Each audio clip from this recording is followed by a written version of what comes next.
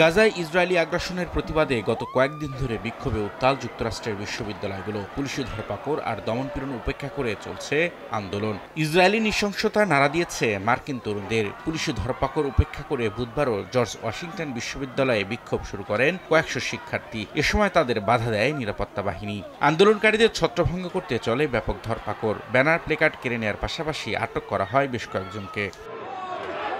ফিলিস্তিনিদের প্রতি সহমর্মিতা জানাতে যুক্তরাষ্ট্রে শুরু হওয়া শিক্ষার্থীদের এই আন্দোলন ছড়িয়ে পড়েছে দেশে দেশে। আমেরিকা থেকে শুরু করে ইউরোপ, এশিয়ায় বিক্ষোভ হচ্ছে বিশ্বের বিভিন্ন দেশে। এদিন স্পেনের মাদ্রিদে বিভিন্ন বিশ্ববিদ্যালয়ে তাঁবুটা নিয়ে ইসরায়েল বিরোধী আন্দোলন শুরু করেছে শত শত শিক্ষার্থী। বিশ্ববিদ্যালয়ের সঙ্গে ইসরায়েলের সম্পর্ক ছিন্নের দাবি জানান আন্দোলনকারীরা।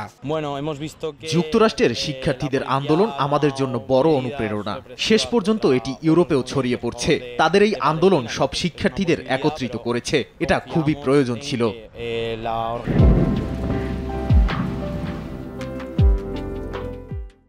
এছাড়া নেদারল্যান্ডসের ইউনিভার্সিটি অব আমস্টারডামেও ইসরায়েল বিরোধী বিক্ষোভে ডাক দেয় শত শত শিক্ষার্থী। যুক্তরাষ্ট্রের আন্দোলনকারীদের ওপর পুলিশি হামলার নিন্দার পাশাপাশি গাজায় নিরীহ ফিলিস্তিনিদের ওপর দখলদার বাহিনীর নৃশংস হামলার তীব্র প্রতিবাদ জানান তারা। এ সময় আন্দোলনকারীদের ছত্রভঙ্গ করতে জলকামান ব্যবহার করে পুলিশ।